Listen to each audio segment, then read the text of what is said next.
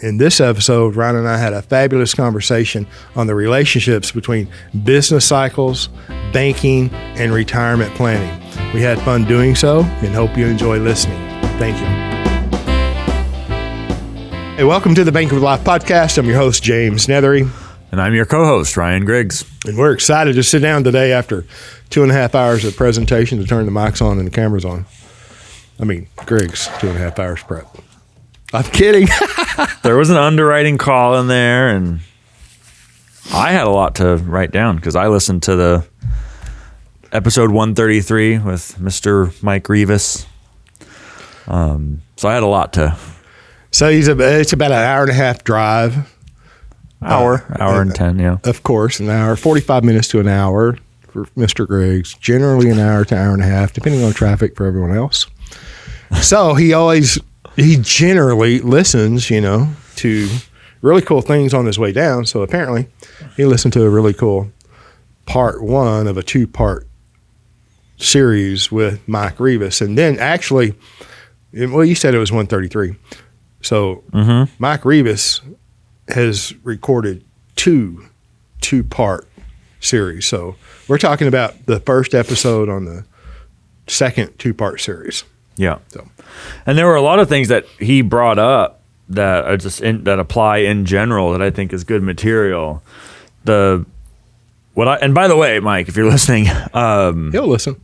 So I understand you code, which that is the extent of my understanding of that whole topic. But if you wanted to, you could teach, my opinion, be it on video or in person. I think he's very articulate, and has this is not a dig, this is a compliment, but like a pleasantly roundabout way of making a point by telling a story.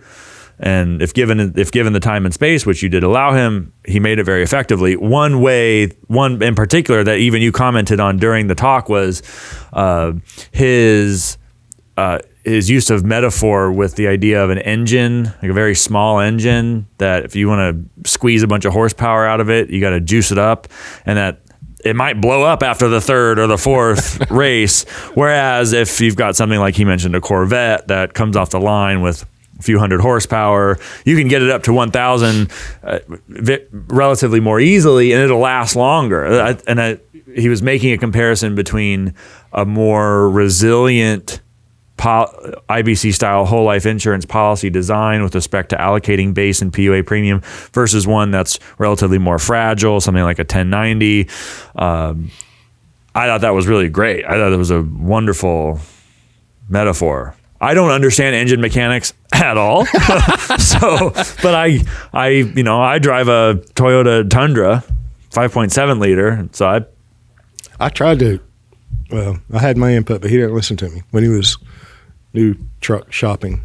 But you didn't wind up in Yeah, he told me to buy American. I said, I thought I might buy something dependable instead.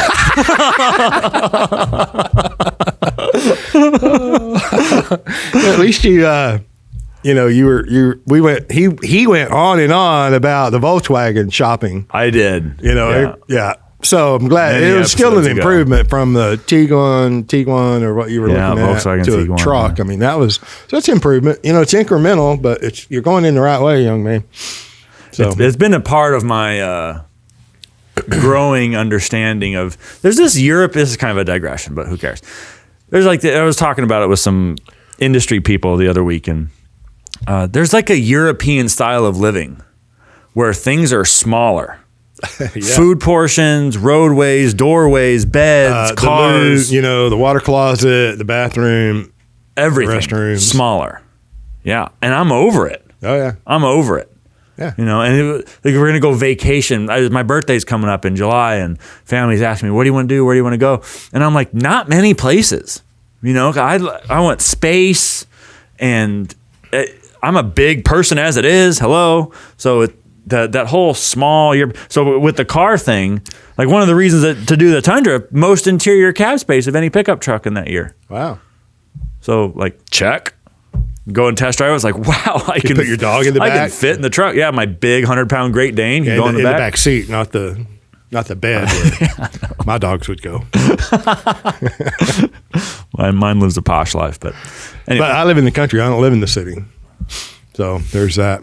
But I agree. It's like traveling. If you're, flying to Europe, 7, 8, 9 hour flight, and you're eating a meal in your little, 18 by 18 inch box that you're sitting in, it's like a T-Rex. It's crazy. So there's comfort is a big deal, and the older you get, the higher that becomes in your list of requirements. Yeah, comfort. So anyway, Mike, great metaphor with engines. I thought that was really lovely, and I have to say, I almost got a little emotional on the way over about how many times he mentioned the 7-part whole life insurance mechanic and your series. Name too, in general. The name is name's fine, but like he was reciting specific examples that I gave in the lecture series. 2 in particular. One was similar to the motor idea, was the housing building or housing construction principle, with the idea of a foundation. You can have a thin foundation and it can be done quick and you can build on it faster, and look how fast I got it done, and it's so efficient, right? Versus a foundation that's thicker, maybe it's engineered, takes longer, more expensive, but what you build on top, what you build on top can be bigger and more grand, and it'll last. And it was like he was reciting that off the top of his head. And like from an educator's perspective, like for somebody who listened to what you had taught or what you had to say, to be able to do that, that's success. And then he did it again with the 1090 comparison I did in the 6th lecture, and remembered the year where one of those policies was pre-designed to RPU at the end of year 12. I'm like, for something like that to resonate to the effect that someone can just remember it. I mean, I'm like, it literally will bring a tear to your eye when people, your clients, your friends, I mean, these are people you care about. When the light bulb goes off, or their thinking is like expanded, and that they get it, but it's a beautiful thing. It really is, and it is very emotional. Let me say it is. Yeah. All of this is very emotional, because we're dealing with people's money, their lives, their family, their future generations that we won't ever get to meet on this side. That's extremely powerful. Yeah. Very emotional. And for him to be so forthcoming about when he said that the way he originally approached this process was, what's on the illustration? What are the numbers on the page? And for him to say that was wrong. And to go further and say that one of the reasons he decided to work with you in particular was that trust factor, where he knew he wasn't going to get the manipulated little tiny motor that's all souped up. And to go based on that, and to acknowledge that was the entry point, and that his learning then continued, and that this series was a part of that. What else do you want? In the first series, I don't know which part, 1 or 2, he says, I'm the worst salesperson in the world. I love that so much. Dude. I was in my car.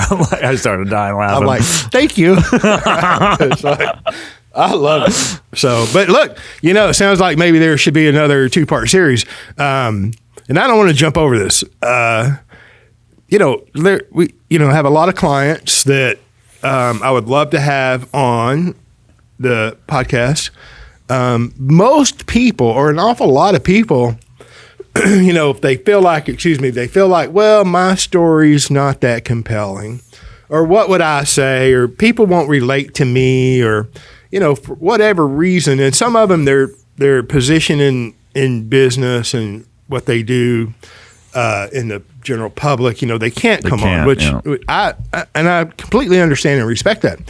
And I'm not saying that.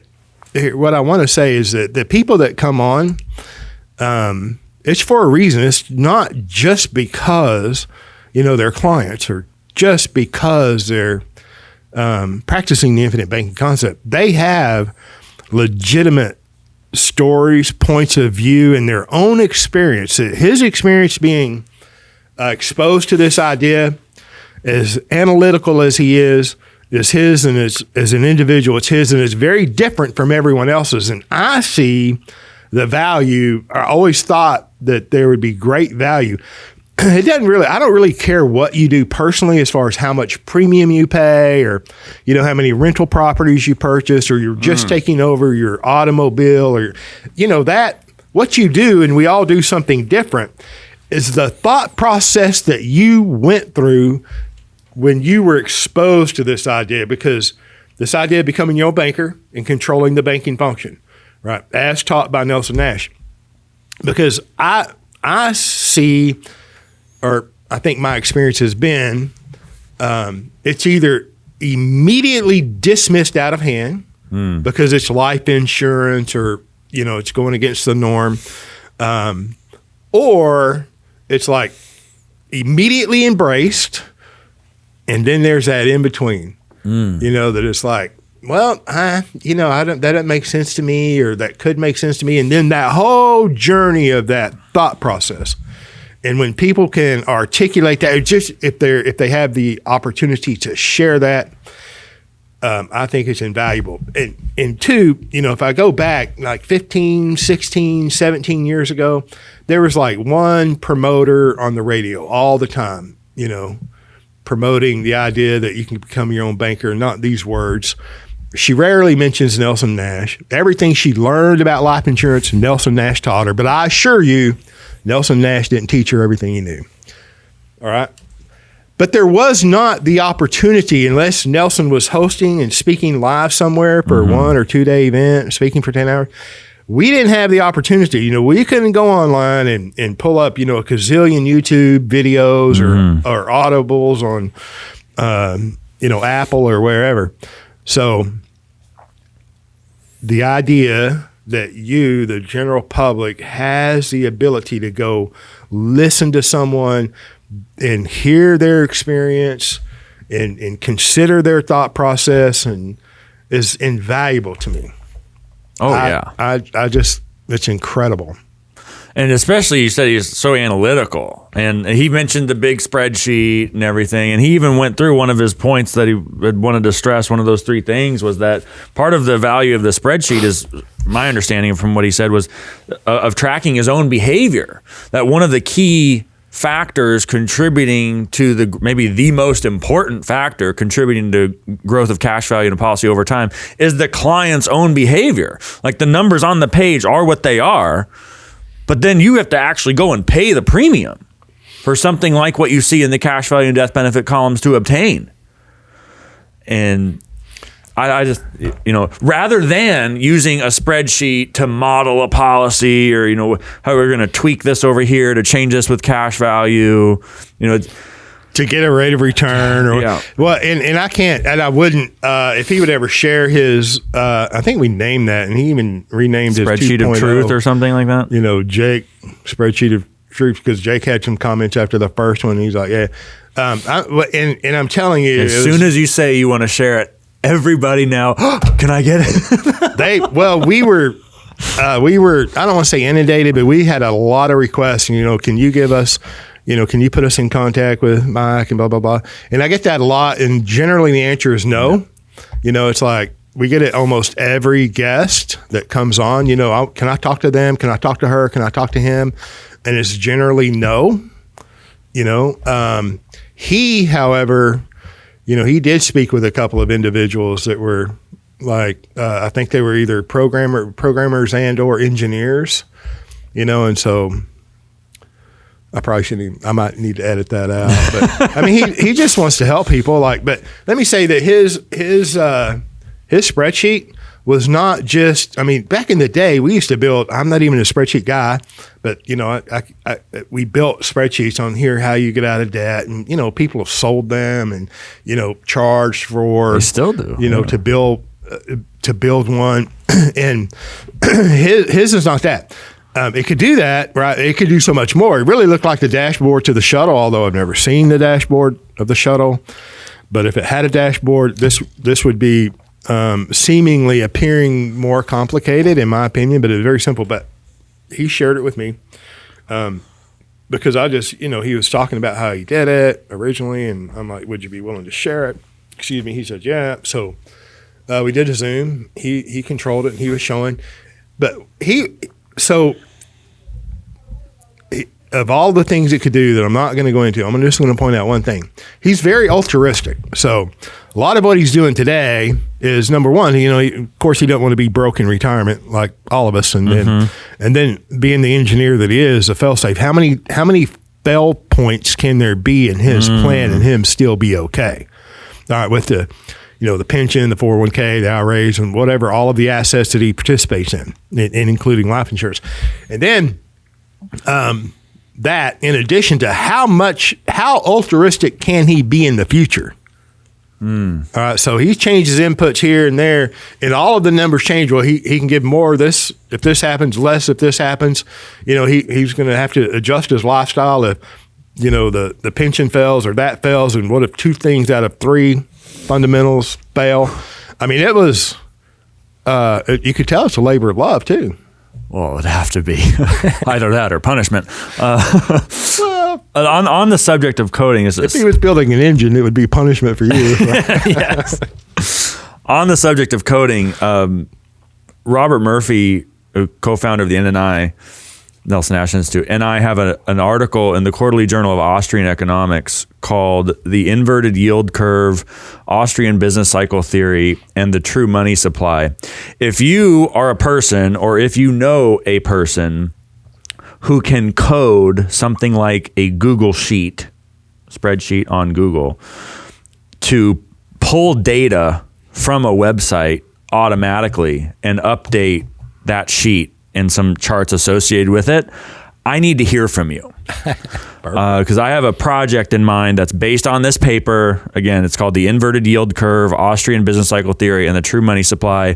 The basic thesis is that you can look at changes in the rate of growth of the money supply, and that predicts yield curve inversion, specifically between the rate on the 3-month treasury and the 10-year treasury. And that in turn predicts a recession with an almost virtually perfect record since World War II.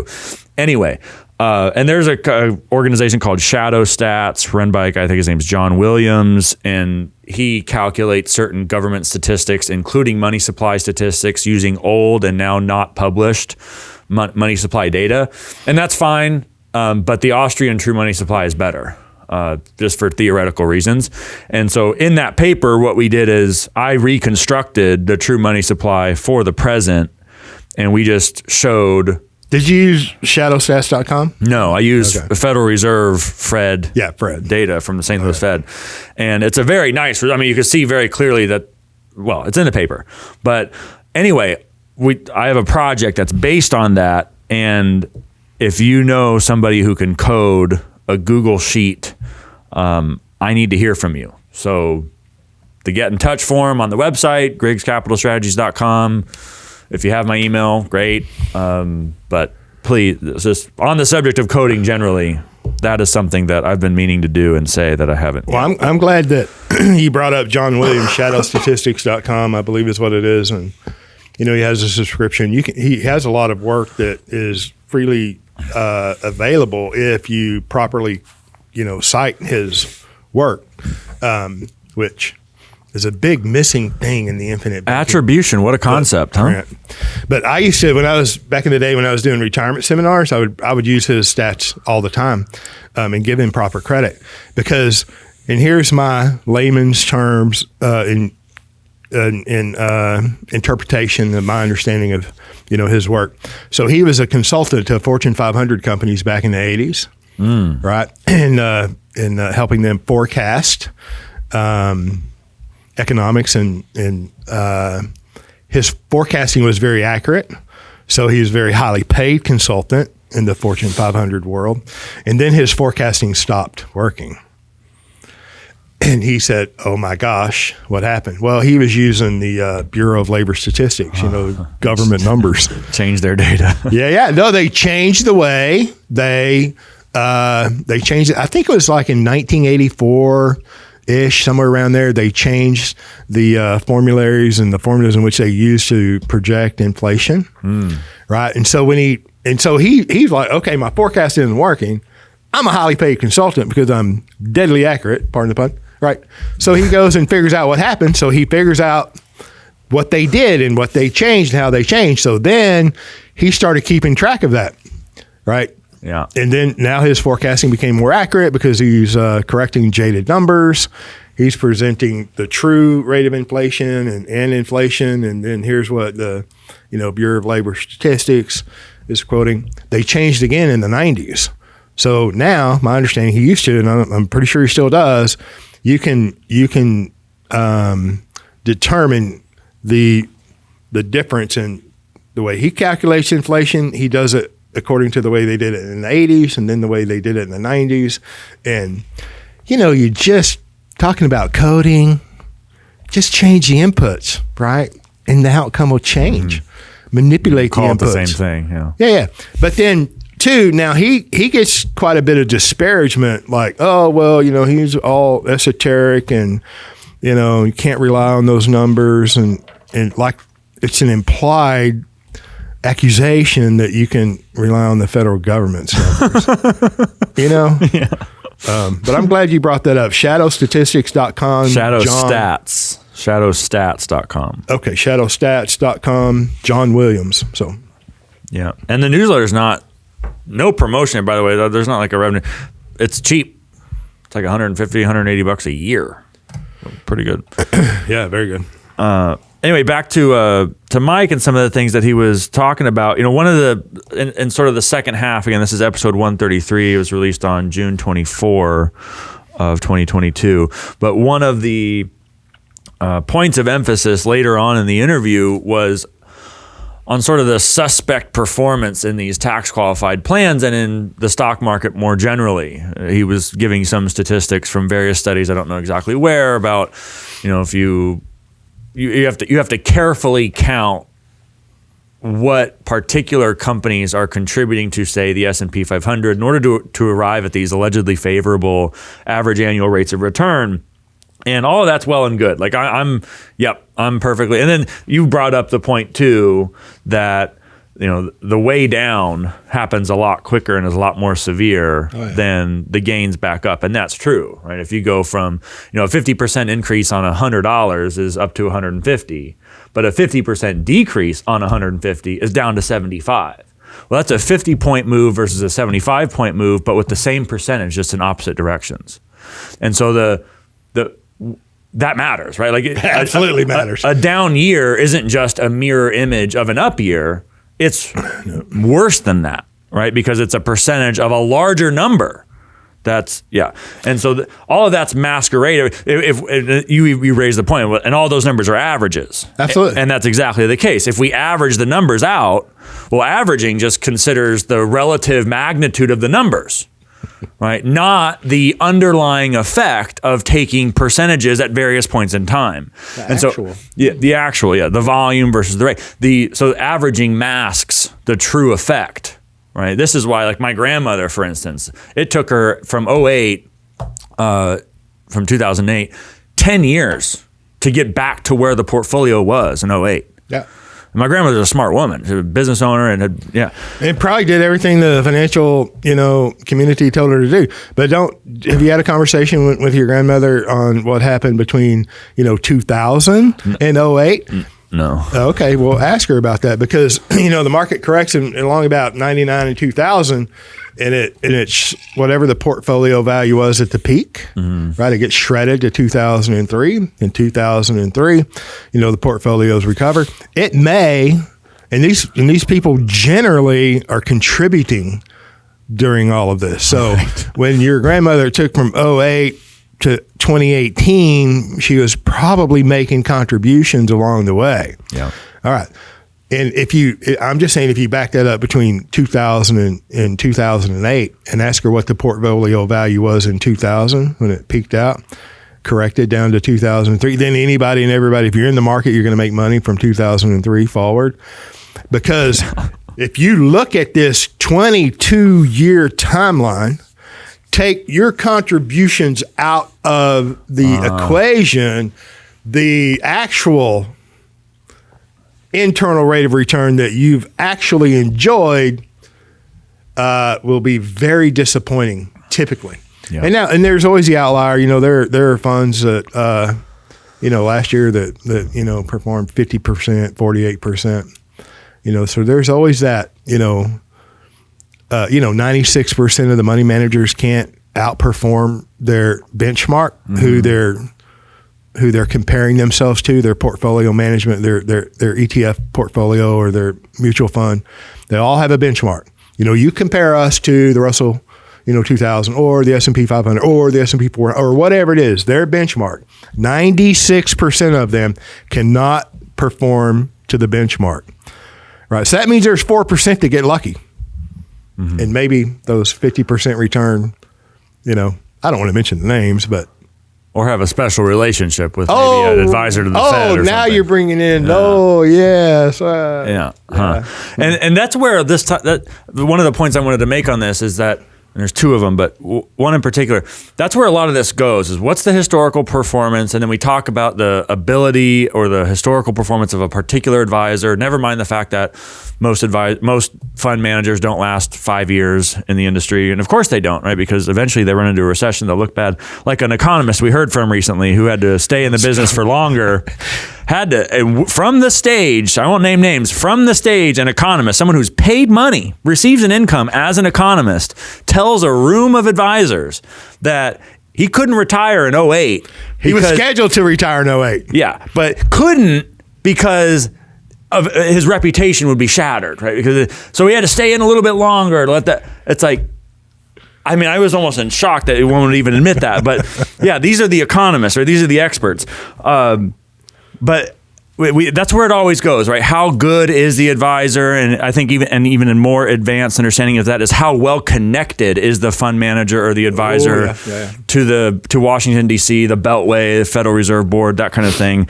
That's a whole other question. But more fundamental than all of that. And I've said this before, but I want to nail it freaking down so that it's like anytime this idea of an average rate of return comes up, I want this to pop into your head immediately. It is not a possibility that the market will correct or that there will be a significant drop or a recession in the stock market. It is an eventuality. Okay, it will happen. It's just a matter of when. And if you live long enough, it will happen more than once. And one thing that Mike raised, he's like, well, how do I know if I time my retirement correctly? Is it just before a major crash? Is it during? Is it just after? Like he mentioned people here in 2022, gosh, what if I retired in January and then my 401k gets shredded, the stuff I'm supposed to live on, I got to re-enter the workforce. Yeah, that's a problem. But I want to give you the reason for it. And the reason is fractional reserve banking. There is a book called, and this is why whenever I talk with advisors in like a mentoring capacity, I always say, I really wish we, in general, as an industry, knew more about Austrian economics and specifically Austrian business cycle theory. And people think that's like esoteric because that's just my background. And it's like, maybe that's true, but there's also legitimate stuff here. There's a book. This is the best, shortest, most concise, most precise, most accurate explanation of what economists mean by the Austrian theory of the business cycle comes in part 1 of a book called America's Great Depression by Murray Rothbard, M-U-R-R-A-Y, Rothbard, just like it sounds. There's a PDF of it for free on Mises, mises.org. Okay, part 1, which is called The Positive Theory of the Trade Cycle, is about 34 to 36 pages. I forget exactly how many. A very concise explanation of why it is the case that the stock market, in particular, the price of shares traded in the stock market must be affected because of the way the banking system is structured. And here's a quote from page 13 of that book. It's in the section called The Explanation, Boom and Depression. Just very briefly, he says, what specifically are the essential features of the depression recovery phase? And a bit later, he says, it's not only that prices of particular machines must fall, but also the prices of whole aggregates of capital. For example, stock market and real estate values. Right? That is a feature. The evisceration, the crushing of the prices of shares of stock to these legal entities, which are just bundles of property rights to actual stuff, machines, factors of production.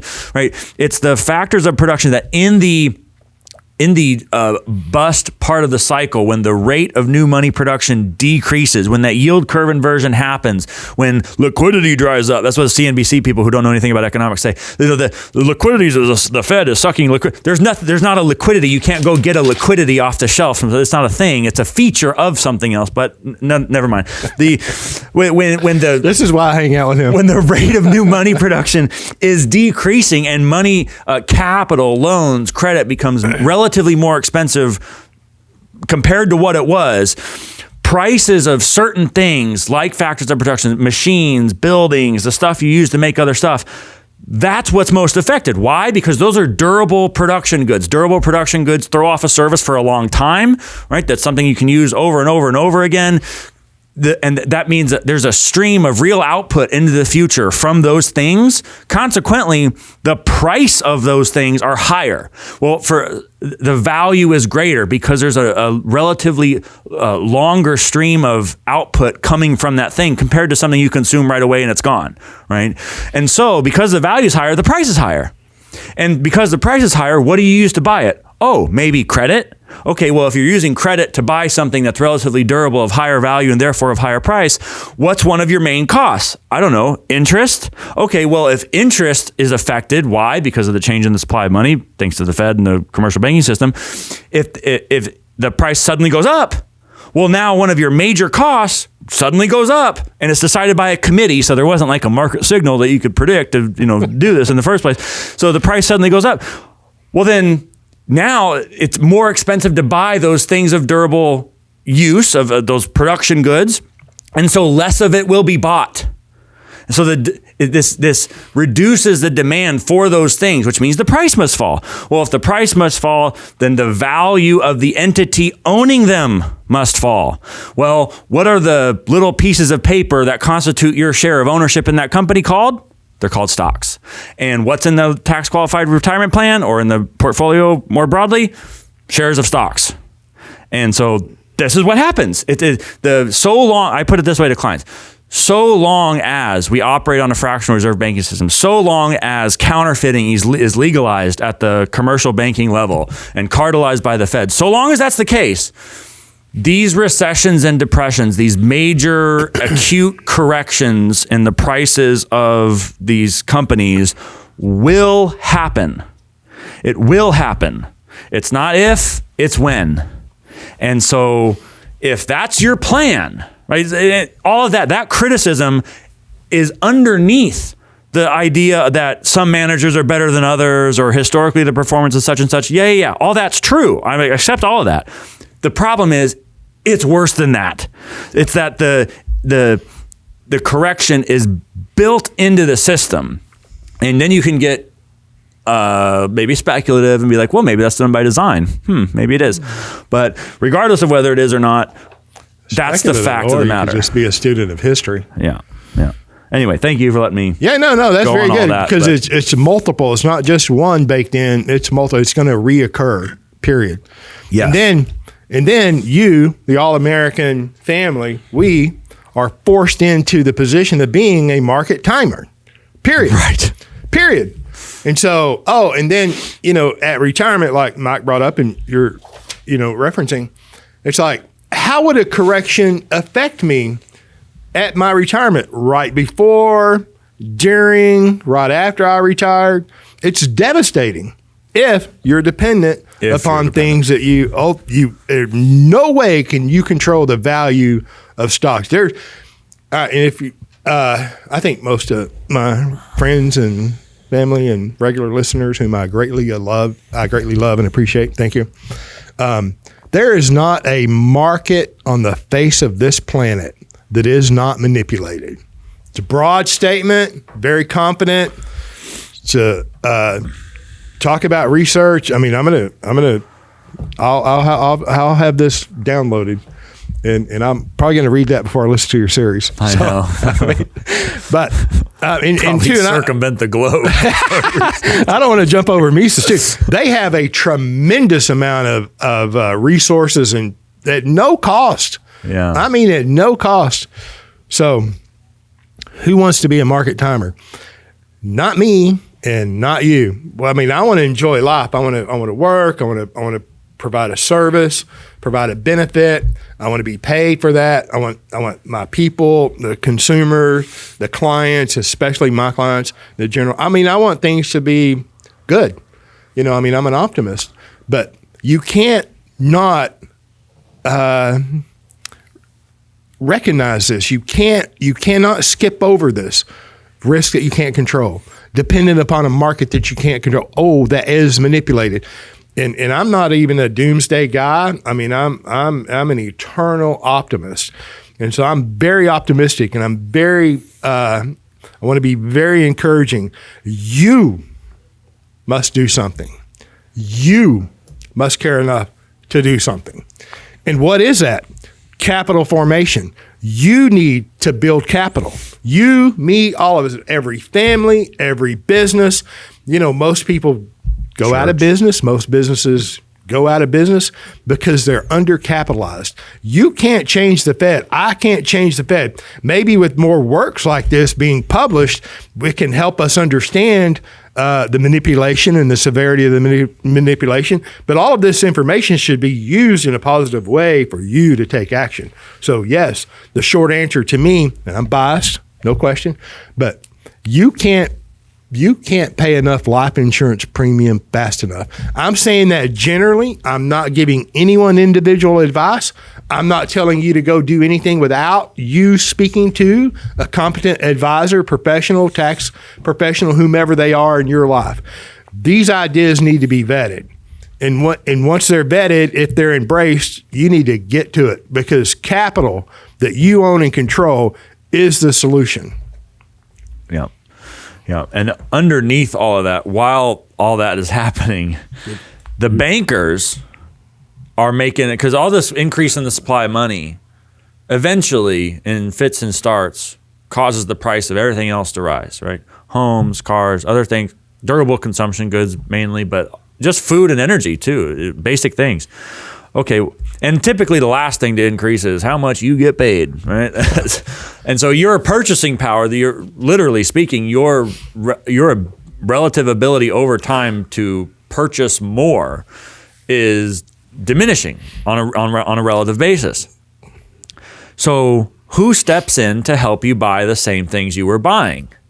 Well, of course, the banking system. And so then we have the problem was created, right? Regularly rising prices, a slaughterhouse for a stock market, and so here come the bankers to help you with the problem that they've created, in the form of what we call conventional debt, right? Whatever it might be. And then what Nelson pointed out so valuably is just the tremendous volume of debt. People on my Facebook, I guess I have a lot of mortgage loan officers, friends on my Facebook. They're nice people, but there's always a reason to buy a home, right? Either rates are higher, so demand for homes is lower, so prices fall, so down payments are lower, so you should buy, or rates are lower, so payments are lower, so you should buy. Like, it's no matter what you do, rates are going up, so you should buy now. I was talking to a young man yesterday, in passing, great young guy, hard worker, family man. They're looking to purchase another home. So they get a rate lock, several months ago that's already expired. And their rate lock originally, because the market, like most places in the country, is like way overpriced. I think their rate lock, he said, was about 4 originally.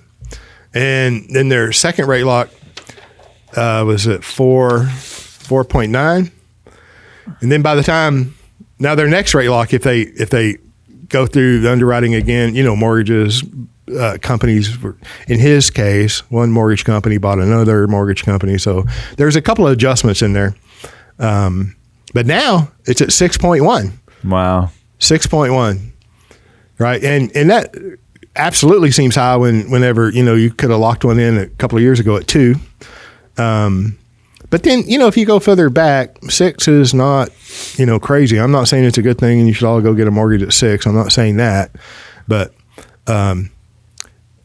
generally people your age and younger, they've never experienced that. Right. And it's in an environment where the overall price of the home is just, the absolute level is just plain higher. Inflated. Yeah.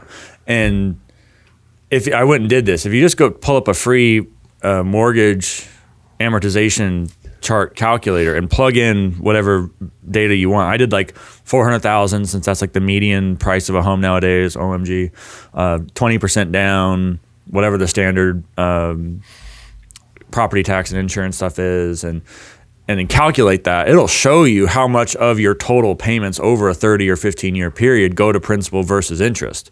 And I don't care what APR you choose, the number is greater than 40%. Oh, yeah. Okay, so it's is it APR higher? Does that mean more expensive? It's like, okay, yeah, sure. But even the baseline was hyper expensive, right? It's like, what are we quibbling about here? Yeah. Mortgages are horrendous from a volume perspective. Now, does that mean you shouldn't have a mortgage? Well, not necessarily. There's a whole nother discussion to be had there. But where I was going with that earlier is, okay, so, and just like you said, the solution is to build capital. Well, where's this capital coming from? Well, like Nelson pointed out over on page, especially page 53 of Becoming Your Own Banker, and what IBC is the process of taking the earnings you would have generated for the banking system, because they're providing you with all this cheap and convenient money to overcome the problem of rising price inflation. Take the money that you would have earned for them and put it into an asset that you own and control instead. Right? It's like the solution to the problem is to, like, let me say this, the source of this, in Mike Revis's case, the source of that offsetting future passive cash flow that you've got to get from somewhere, because the 401k ain't going to provide it, is the profit you would have generated for the banking system otherwise. Right? And how do we get that back? Well, you've got to establish a banking entity, a personal monetary system for yourself, and that's what IBC teaches. And that's what whole life is. It's a environment for you to do that, to collect the profit, the dividend that would have come from, or that would have went to the banker otherwise. Nelson, again, page 53, Becoming Your Own Banker, on the left-hand column, frequently talks about these illustrations. He references line 36 of each illustration. And he notes that as his logger nephew in North Carolina finances more vehicles, meaning as he pays more premium, right? It's not policy loans that cause cash value to rise, it's the payment of more premium. But as the individual pays more premium, the cash value at age 65 increases. And like he says, third full paragraph down, by adding a second truck in illustration 3, Nelson writes, quote, he, the logger, has picked up an additional $471,324 at age 65 in cash value by shopping at home for his truck financing, right? That relative increase in cash value because of the higher premium payment, that number is conceptually, logically, the amount that the banker would have made, Associates Finance in this case, had the logger financed conventionally. Okay, so and that cash value, that relatively higher cash value, that is the source of the relatively greater passive cash flow that the logger enjoys late in life. So there's a legitimate, literal sense in which the increase in the cash value that comes from higher premium payment because you're reducing your dependence on conventional banking, that is that profit that the banker otherwise would have enjoyed for himself. That money is the source of that passive cash flow that you can enjoy in retirement, that the 401k wouldn't have given you, is designed not to give you, because it's built on a fractional reserve banking system. Right, so all of this, my point is that all of this fits together, right? The prominence of the conventional banking system is is at such a magnitude because of the price inflation, especially in durable goods, but also in other things. And so the relative dependence, the growing dependence we have on debt, on conventional debt, is because of the price inflation. And where's the price inflation come from? From the fractional reserve banking system, from the Federal Reserve, and from commercial banks. Right? And that same money creation process is also simultaneously is also what causes the business cycle. It's also what introduces volatility in that stock portfolio. So it's quite perverse, right? And it's like Nelson mentions the Matthew principle. To those who have, more shall be given. To those who do not have, even what they do not have will be taken away. Like, if you're dependent upon the banking system for financing the acquisition of things that you're going to buy anyway, and you're dependent upon the stock market for passive cash flow late in life, you're even worse off, right? You're undercapitalized during your working lifetime, and there's nothing there for you in the future. But if you opt out of that system by adopting IBC and take control of the banking function, you retain the money that would have been lost to the banking system, and even more, Matthew principle, even more, you provide for yourself, your family, and your future family late in life. Right? And that's why it's a paradigm shift, right? It's like seeing the world differently. It's not just, we're not buying it. Look at an illustration. Yeah, he's talking about equipment finance in the illustrations. That's what we're referring to. And if you look at illustration number 1, and these are beautifully said, right? But the gentleman had to come up with initial premium before the banking function was ever engaged, right? Before he ever engaged in financing his logging business and the trucks. Okay, I don't want to jump over this. That where did that capital come from? And Nelson. People would ask Nelson, well, where did he get the $40,000 in premium for the first 4 years? And, when I'm going back 16, 17 years, early on when Nelson did a presentation, his seminar, and it was a 10-hour seminar, the 6.5 hour that you can purchase and you should purchase and watch, there's been a lot of, the breaks have been cut out, and then some other stories that were incredibly funny have been taken out.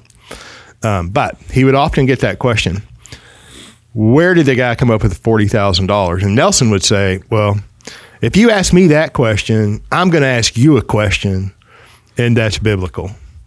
Right? And he was referring to when the Pharisees were asking Jesus Christ by what power he cast out demons. And I'm not going to answer the question here because Nelson would never answer the question, because the person would say, oh, well, I don't want to ask you a question then if you're going to ask me a question. Okay. But I don't want to jump over this. That $40,000 was capital that young man acquired by trading his time, his intellect, his energy, his experience, his service. He created that capital, right, by providing service, right? And so this money that we're earning, that we're all working for, comes at a price, and it's a price that we pay from time away from our family. The time that we spent educating ourselves and learning, and then practicing whatever skill that we're practicing, and accumulating that experience. The premium must be paid, right? It's all conversation until the check is written and a premium is paid. And how you get the premium dollars, Nelson references he had to get honest with himself. He had to go sit in the corner and get honest with his personal spending pattern when he was personally funding his 1959 state farm policy that is in there, that's referenced. And we all have to do that. Where are we putting our dollars? Where are we sending money? And then the magnitude that Ryan eloquently went through is a result of the banking function. So the man capitalized. We all have to capitalize our system, right? The product of a bank is money. So we've got to create an entity by putting money into it. And then the use of that money, solving for your banking function, is exactly what created the difference. And Nelson would also say, comparing the illustration number 1 in equipment financing that had no loans, no loan repayments. 2, he's financing a truck. 3, he's financing 2 trucks. 4, and then 5, and then 5th illustration. If you compare the 5th illustration, he kills them all at age 85, the logger. If you look at the values in illustration number 5, the ultimate death benefit, the capital that he took out above what he paid in. Net cumulative outlay. Yep. Age 85, illustration 5, 3,328,816. And then what was the death? But let's read the death benefit, the ultimate cash value, and then the dividend too. There at age 65, I believe. At age 65, the death benefit is $5 million. No, the dividend. At age 65, the dividend is $168,725. Okay, and then just the end of his life values, the death benefit and the capital that he had taken out above what he put in. Age 85, the death benefit is $5,286,516, and the cumulative net outlay, how much he took out over and above what he paid in, is $3,328,816. And then you compare those very same numbers with illustration number 1. No financing occurred. No self-financing. He was still financing his trucks with associates financing. Illustration number 1, age 65 dividend is $71,942. Age 85 death benefit $2,407,736. Cumulative net outlay age 85 it's negative, but $1,588,000. That difference, those differences at age 85 are exactly the profits of the banking system, including the dividends that are paid to the owners of the bank. That's exactly the difference that you just went through. Yes. That accrues to the lenders and the owners of the bank. And I said it, and I'm going to say it again. Your bank pays dividends. They just don't pay them to you because you don't own the bank. Yeah. Right. So that is the banking function. None of that could have happened or would have happened unless that man capitalized the policy to begin with. To have capital, therefore to use. And none of that has to do with what's happening in the stock market. Nothing. And look, and Nelson, look, you, every one of you should own Nelson's 6.5 hour presentation. You can go to this store, bankingwithlive.com, on our store. You can go to Nelson Nash, the Nelson Nash Institute, infinitebanking.org, and go to their store.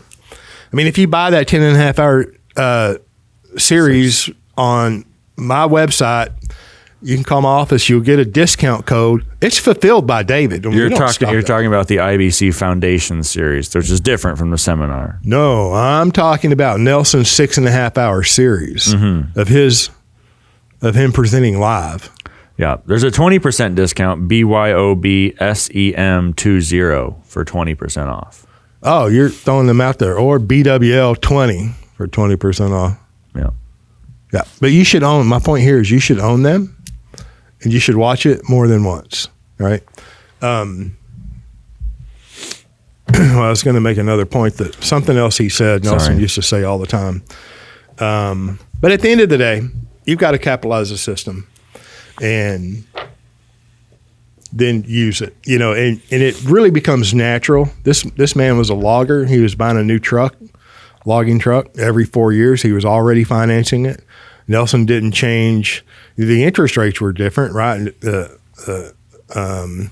That particular company had an 8% loan rate, and there was a lot of mechanics that Nelson did, but he kept it equal, right? He paid the same cash flow and the same price. He financed the same amount for the trucks, and he paid the same required, monthly payment for the truck. He kept things equal. Yeah. And now, and I don't want to go on and on here, but that does not have to be complicated. Equipment financing does not have to be complicated. If you look at each illustration from 1 through 5, there's about a $500,000 increase in cash value. I'm rounding, right? And don't let an agent confuse you with some esoteric interpretation of the equipment financing, because it does not have to be. This does not have to be made better than it is. Yeah. Okay. I want to point out a few things too, because I always, and even Mike even mentioned this too. Earlier on, he was wondering. And I get questions like this. Well, what do I use? I got started a month ago. I built some cash value. I paid my full premium. What do I use my policy for? Yeah. Okay, couple things. One, in equipment financing, Nelson doesn't assume that the individual finances the purchase of a tractor until 4 years after he started the policy. So there is no use of the policy in the first 4 years. Now, do you have to do it that way? No. Can you do it differently? Yes. You made the point to me early on, I remember it very clearly, that the individual could have financed his first truck in year 2 because there's sufficient cash value. He could have started earlier, but he didn't. Nelson assumed he did it later. What that means is just pay a premium. You don't have to go out and turn around and, squeeze every little drop out of everything right away tomorrow. We're so conditioned to, it's like a constant stress position, like constant like flight or flight, like I've got to do something, I gotta act quick. And we're so conditioned that it's still not sunk in yet that in IBC land, you don't have to do it that way, right? You can take your time, continue doing what you're doing. And that leads me to the next point, which is that, well, eventually once he did use his policy, what did he use it for? Right? Did I have to go out and find some real estate and, get into cryptocurrency and, get a HELOC? Nope. The logger just did what he was already doing anyway. So mundane. I know it's boring. It's not sexy. It's not like I'm half asleep now. And I'm like, it's not all big and glamorous. It's just so simple. The results that James just points out, the generation of all that surplus cash value, right? That in the total cash value, the $4,518,391 in total cash value, age 85, illustration 5, versus total cash value, age 85, illustration 1, where nothing is financed, is $2,057,446. $4,518,000 versus $2,057,000. Another $2.5 million, more than 100% increase in relative to the situation of no financing. How come? Why? All because he went and financed the things that he was going to finance anyway. Nothing special.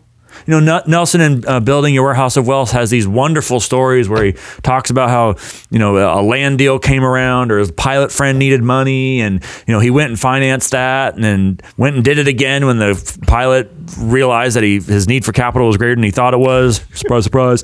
And it made and then turned around 14 years later and sold it for some umpteen 1,000% profit. Like all of that broke it up is extra. It's all extra. And there's nowhere to put all that in a life insurance illustration. Nowhere. And all we're talking about is late stage cash value. Yeah. Nothing about all the benefits. Illustration 5 cash value when the guy's 50 years old, 21 years in, is $705,000. Could a logger, a business person with almost $750,000 go, I don't know, buy a piece of property, start a second branch of his business, start down in South Carolina? I don't know, right? And that's why when people say, they want to know, like, what do I use the policy for? It's like, you can't expect me to know that. Like, first of all, you don't have to do anything glamorous. Right? Just be your own banker. Just finance the things yourself that you were going to do otherwise. You don't have to do it tomorrow. You don't have to do it next month. You don't have to do it next year. You do it 5 years from now and just establish a habit. It's a process, right? But one of the two of these key lessons in equipment financing is that this is kind of mundane. It's nothing glamorous. It doesn't need to be. You said earlier and have said before, advisors out there want to make IBC better than it is. We got to generate the mailbox money and got to get out of client interaction and client production because we need to go specialize in building or renovating houses and do Airbnb for that passive cash flow mailbox money. I'm mining crypto. Look, Nelson made a point. He writes about this. He speaks about it. He spoke about it. It's like the logger was very profitable. He had a profitable business and demonstrated here clearly. The banking business financing his logging business was more profitable than his business on his portion of financing. Think that through. Right? The banking will be, I've said it and I'll say it again. Banking is the oldest profession in the world. I know you can debate me. No, we know the other older profession. Somebody financed that activity. Banking. Yeah. Banking it's going to happen. And you should control the banking function as it relates to you. That's as simple as that. And then, it all does tie together. And I'm just going to add one more component that needs to be tied. When we have railed previously on structure, on improper structure, it's the reason is because if, like you in your series, you reference the foundation. To go into the banking business, you have to have an entity, and the man financed, and you will finance your whole lifetime, whether it's passive income, in your later state, you are going to finance. So do you want a fragile foundation? Do you want a policy that has built in fragility, that is just a matter of time and the unknown future of when it's not going to serve you well, when you're forced to reduce the premium, when it becomes a mech? I mean, these things matter. Although you may not see them on an illustration today, structure is important. If you're going to finance, if you finance nothing but passive income in retirement, all right? I know I don't like using retirement either, but when I say that word, you know exactly what I'm talking about. Okay. I notice more and more that when people say it, they don't mean the idea of like just withdrawing from work. Yeah. Right. They're like, well, I'm going to travel more. Or I'm going to shift into another aspect of the business. Or I'm going to train or coach more. It's like, okay, well then you're not really retiring, are you? Right. You're just not doing something you weren't doing yesterday. You're doing it differently, right? Or something. Yeah, exactly. I'm just saying, you want a policy, a series of policies that will serve you well your whole lifetime. And then, that's true, and it is, then structure matters. Yeah. And the fact is that the modified endowment contract regime exists. There's price fixing in life insurance. Like you said earlier, all markets are manipulated. It includes the market for insurance, right? And the human life valuation considerations, the idea that there's a maximum death benefit because someone in an office in some country or some state who doesn't know you, doesn't like you, is going to put a number on what your life's worth. Like that whole idea. I had this very conversation 3 times this week. Really? I mean, I should record them and release it as a podcast. But that idea is dumb. Like that alone is price fixing. Add to it the additional layer of price fixing, which is the regulation between cash value and death benefit, and the consequence being a negative tax problem. Like that all exists, and so we've got to function in that environment. And so it absolutely does become a question is, to what degree do you want to limit your capacity to contribute to your capital growth over the course of your lifetime? If the answer is anything less than maximum, then go do the mangled thing. Go do the 1090, go do the thin foundation, go do the little bitty 100 horsepower, crotch rocket engine. Go do that. Yeah. But to the extent you want to maximize your capacity to maximally accumulate capital over your lifetime, to maximally cut out the banker and magnify how much income, how much passive, not income's taxable, maximize how much cash flow you can enjoy late in life, well, then you should want a proper foundation. You should want an engine that comes off the line with 300 to 400 horsepower. You should want an insurance policy with sufficient base. And by the way, we're an hour into this. I probably can't get all into it, but post 7702, and you were the one that told me this originally, and I've come to understand it more and more, is that the structure of these policies post 7702 should be even greater to the base premium. Yes. And then the last thing I'll say here is that I can dive deep into that. Maybe we will. It's really true though. That $40,000 per year in equipment financing and initial outlay, where's that come from? Who knows? But at the end of the day, whatever it is, it comes from defeating Parkinson's law. It comes from spending less than you make. That's it. Like, that's it. That's how you generate initial capital. And then it's a question of, okay, how best do we allocate? How best do we secure, preserve, grow, and in the future deploy that capital? Right? The problem with the Ramsey types and the cash only types, and the problem, I think one of the reasons that more people don't save at higher rates is because there is not a compelling vision for what to do with that savings. It's okay, well, I can save a bunch so I can buy something that's more expensive in the future. But when I do, down goes that cash balance, got to spend the money. And here we go, starting over at zero or closer to it than we were. Right? There's not a compelling vision for how to use the capital while also preserving its level and future growth. And that's what IBC offers. So saving, literally speaking, withholding from, abstaining from consumption, spending less than you make is step one. Great, wonderful. But then it's a question of, okay, how do we systematize, secure, protect, and then grow and in the future deploy that same capital in a manner that serves you and your family and your family's family that you've yet to meet, probably won't ever meet, rather than contributing to the viability of these parasites known as conventional bankers. Don't leave out the government. They're parasites too. Yeah, well, that's a whole other, right? Part of the I just didn't want you not to associate, part of the element of securing and protecting and growing the capital is doing so in an environment free of taxation. Well, what rises each year without tax penalties, so long as the policies are non-MEC? Well, it's cash value. Right? Cash values rise all the time untaxed. In every other asset class, in order to secure some special tax treatment on the regular gain, you got to play a game. There's got to be some sort of rollover, 1031, 1032, whatever it is. 1031. The rules of which can always change. You know, I had a client who was like, man, I wish I could get out of this 401k. I think I texted you about it. And I'm like, well, did I respond? I think so. Yeah. I was like, well, just pull the money out. You know, I'm like, I didn't tell him that. It wasn't an advice. I'm not a licensed investment person, but I'm like, you have the you just take it out. And it's like, well, and of course, there's taxes and penalty and surrender charge. He's like, no, I'm not even vested. Oh, who decided that? Was it the employer when the summary plan was put in place? This is the other thing. People don't realize that those tax qualified plans are put in place for the benefit of the alleged benefit of the business owner, the employer, not you. And the government. It's a tax, and the government. It's a tax game creating a liability in the future disguised as an overall net benefit to the employer primarily. Disguised as a benefit to the employee.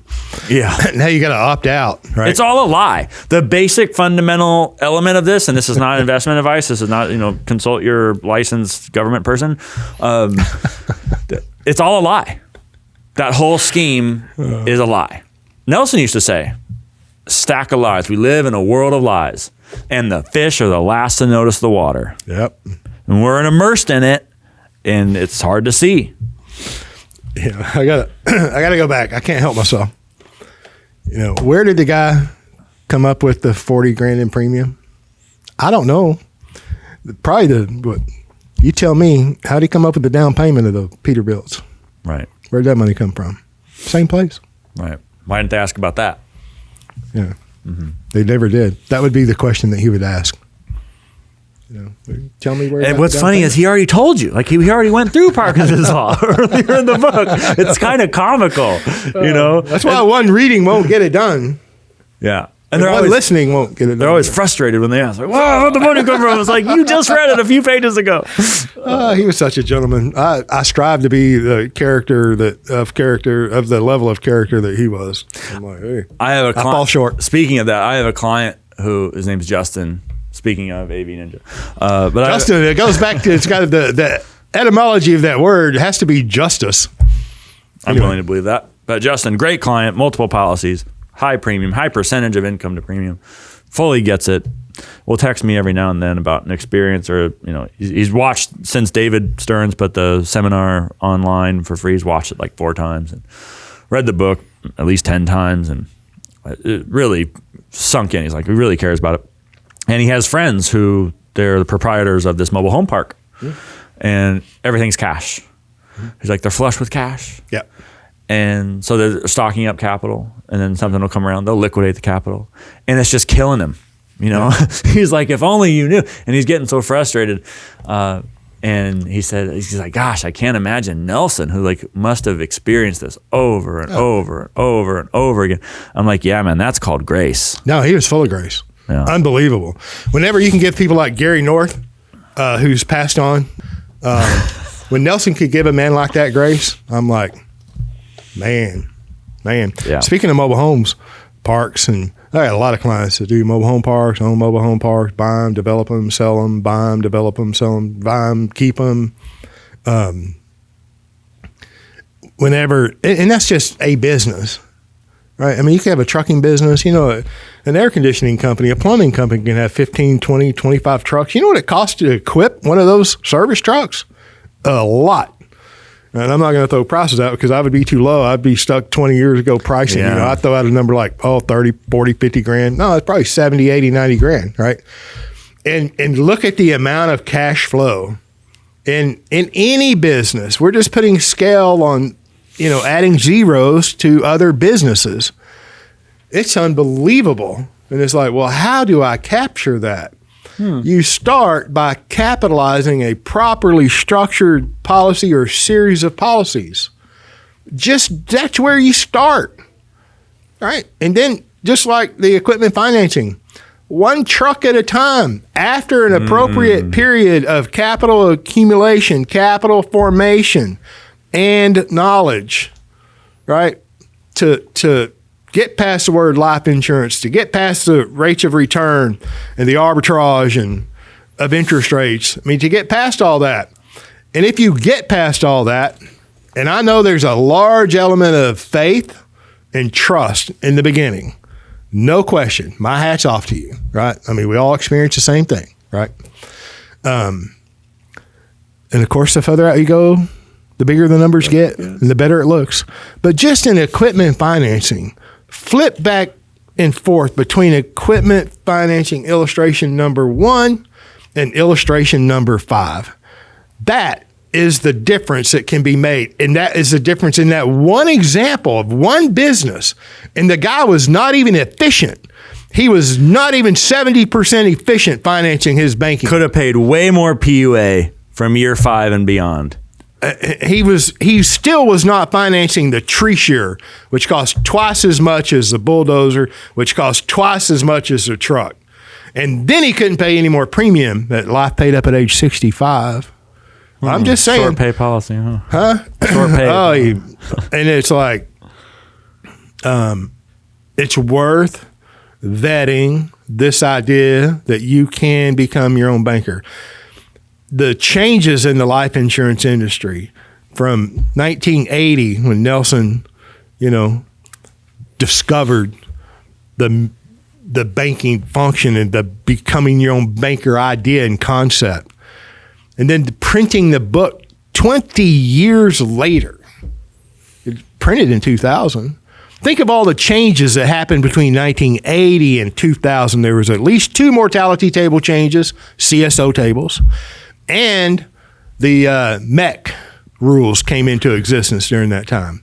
And now since 2000 and 2022, there have been 2 more CSO table changes, how they construct price life insurance.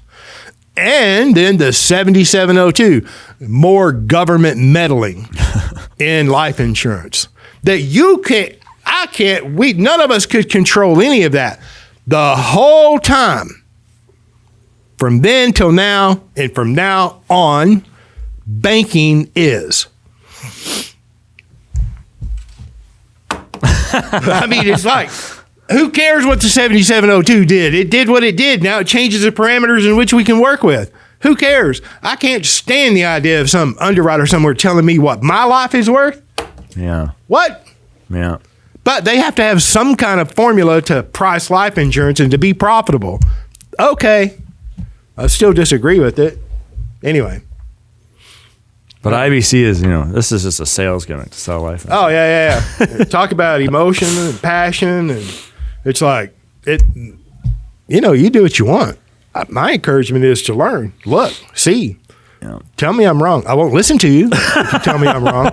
I mean, don't misunderstand. I don't know everything. I have not arrived. I still learn. I can be corrected, if you're of character and sincere and genuine.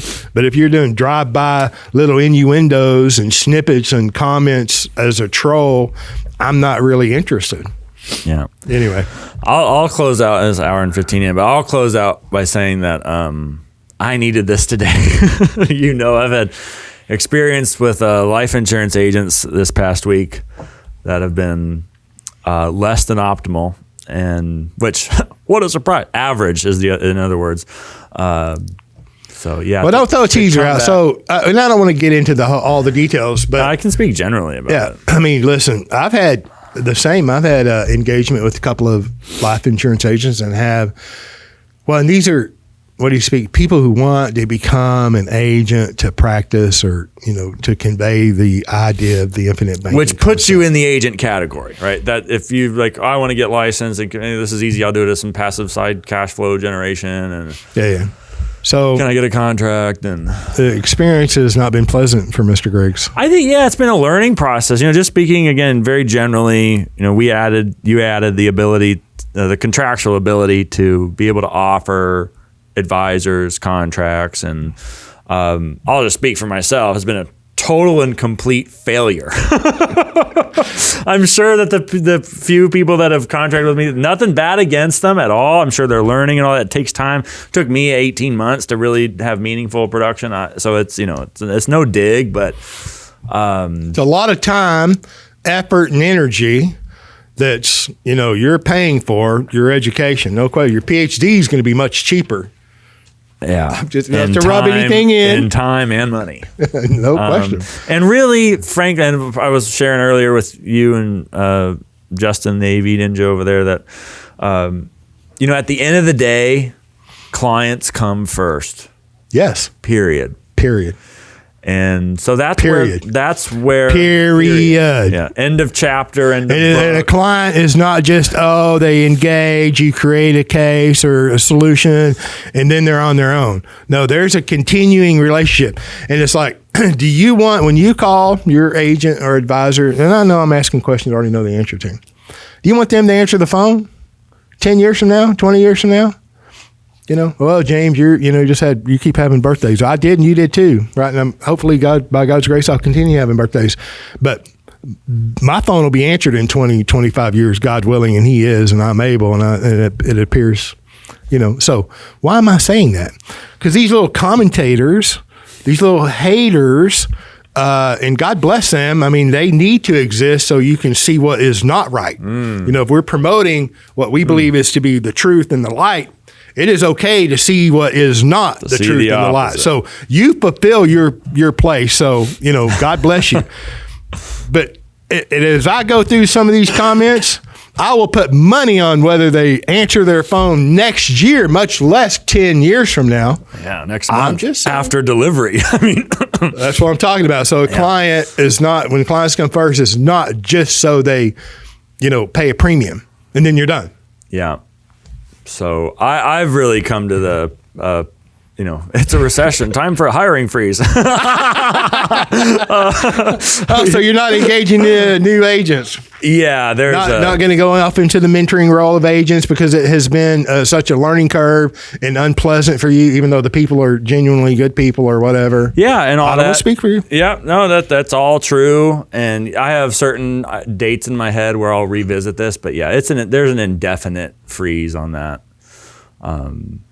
It's just, I enjoy. I mean, I was explaining earlier, like I find myself explaining to advisors that, or to prospective advisors, let me say, for a truly high producing quality mentor agent to spend time training like that it doesn't pay, one, and the opportunity cost of that, for example, in our relationship, like the opportunity cost of your time is like extremely high because you could be spending all sorts of time with clients, all sorts of time building courses, client-only access, planning events. I mean, the list of things you could be doing to serve your clients with that time, the value of that is just huge. And so, like, take what's in equipment finance and multiply it by, like, I don't know, 5,000. I mean, or don't even put a number on. Like it's essentially of indefinite value. And so to carve out some of that time for a mentee and to do so in a long-term sustainable fashion, like for that to work, the new agent has to have all sorts of initiative and be genuine and authentic and want to do it and would be willing to pay the price. And so many things have to go in. And there's got to be loyalty. There's got to be the correct contractual arrangement. It's got to be long-term oriented. It's like there's so much that has to go into getting that mix correctly, which is why, by the way, there aren't many advising agents who build successful agencies. And the ones that look successful from the outside, like in terms of how flashy they are, the number of advisors, it's like, yeah, go talk to some of their clients and see what that service is like, if any. So there's just not much of it, and that's why. And so I find myself having this conversation with prospective agents, and it's like, and talking to God a little bit last night. It's like, Ryan, dum-dum, you've been explaining why this is not economical. And yet you're doing it. So stop. Then you justify why you should or would do it. Right. Yeah. Against the explanation that I just gave. Exactly. It's like when everything, all the opportunity to do this show, to work with you for so long, all of that came from working with my clients. And that needs to be nurtured. There's more to do. Like Mike was talking about with the Whole Life Insurance Mechanic series, it really, like, it sounds cliche, but like it warms my heart that was so effective and that it was helpful. There's more of that, right? Yes. At the end of that series, there's like a whole slide and a half or whatever it is of all the things we didn't cover. Right? There's more of that. I want to do one where it's like kind of what we talked about today, where just starting from what is financial strategy? What is capital? And here's how the banking system works. And here's what the advisory system in a conventional context tells you to do to plan for your future. Here's why that's wrong. And here's this, so integrate it all together, in a nice series. Like, why not do that instead of just working with the one prospective agent who may be full of great intentions, right? Yep. But may not have the full understanding of what is really required, and therefore not really willing to pay the price because, it's often they enter into a situation where they don't understand the price that will be paid. Yeah. Anyway, so no, it's like a significant. I agree with you that. Well, let me say this: the content. The AV Ninja current, Justin, and then with Andrew, it's like we have a list of content, client only, different series, a continuation of the modules those modules that I put out are over 10 years old. Mm-hmm. They're still very relevant. Don't misunderstand me.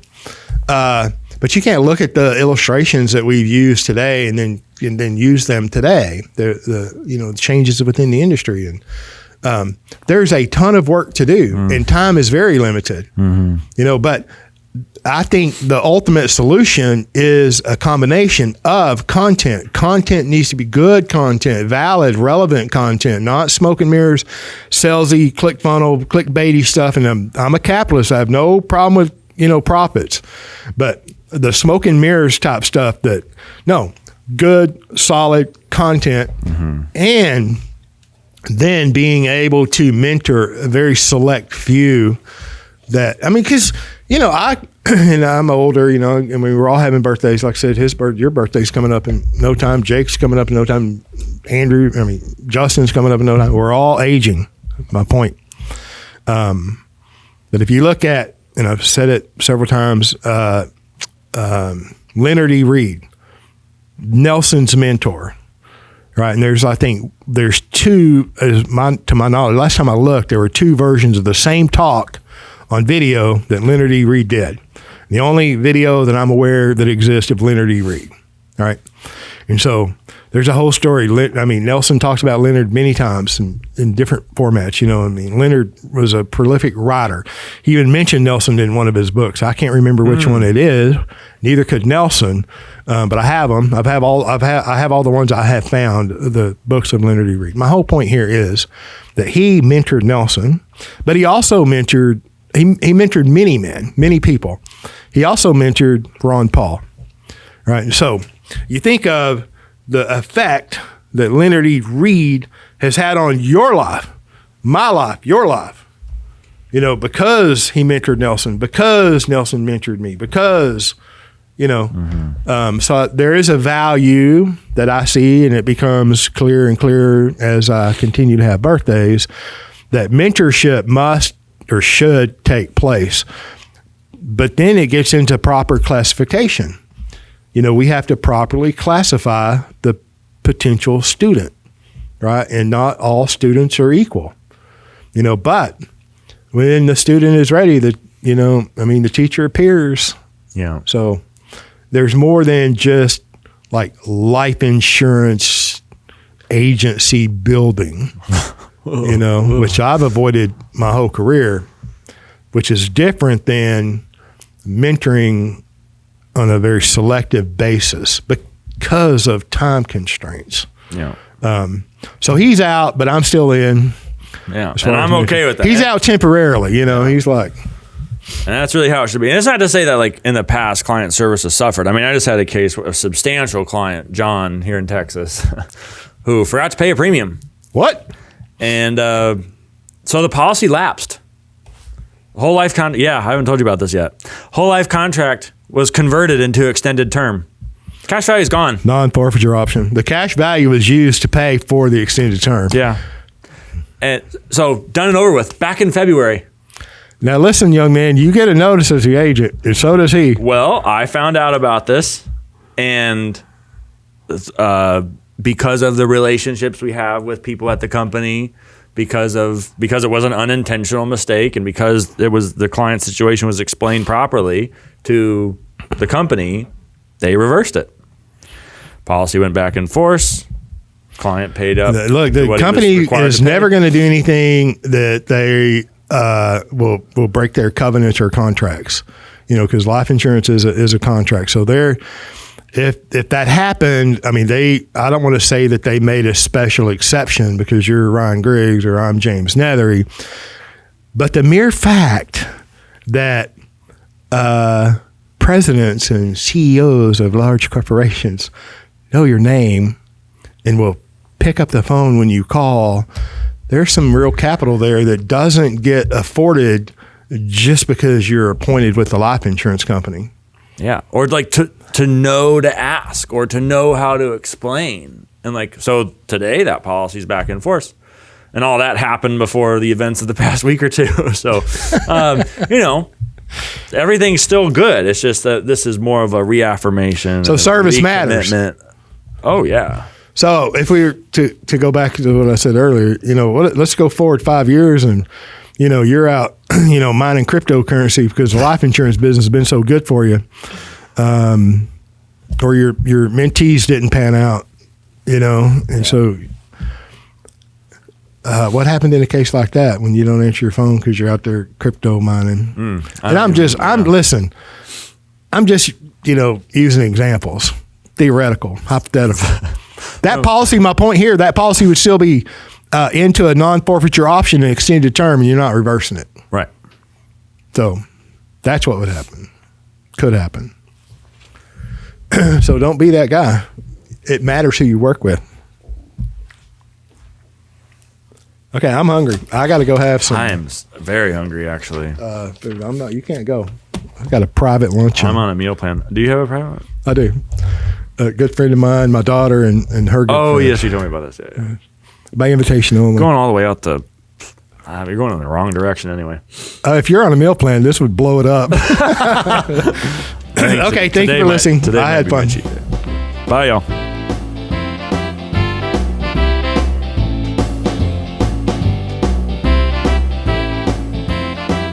Thank you for joining us on the Banking with Life podcast.